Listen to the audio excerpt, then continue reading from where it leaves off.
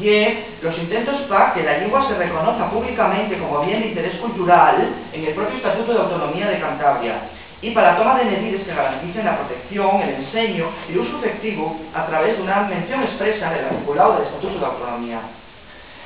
Desde hai pouco son os pequenos partidos políticos cantabriegos los que máis están traballando pola reconocencia pública e pola normalización de la lengua asturiana en Asturias de Santillana y por ello proponen el nome de cantabriego o cántabro para referirse al dialecto oriental del asturiano en lugar del tradicional nome de asturiano o de montañés, nome este que se sigue siendo el preferido por buena parte de la sociedad. Llevaniego, pasiego o campurriano son también otros de los nombres locales dados por el pueblo para referirse a la lengua propia. La lengua de las Asturias de Santillana coincide en los rasgos principales con la del resto del dominio lingüístico, del asturiano o bable. Además también tiene elementos dialectales propios, específicos de la variante oriental. Y hay que tener también rasgos de influencia del castellano, de estas sedes más orientales y más meridionales de esta comunidad.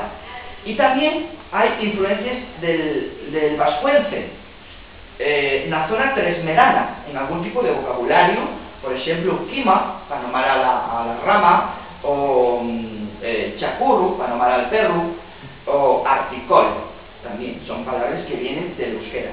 Se dan en esta zona más oriental, digamos, de Castro-Urdiales, la de los escritores. Bueno, antes de hablar de los escritores, la comunidad de Cantabria, por lo tanto, ayúdase nunha encrucijada de tres leyes idiomáticas.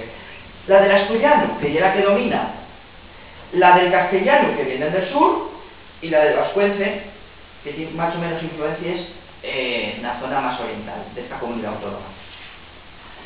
Manuel Alvar, en los estudios de dialectología, comprobó la pervivencia de hondos rasgos, como el mantenimiento de la F latina mediante pronunciación aspirada, que pervivían los habitantes de los valles interiores de la provincia de Santander.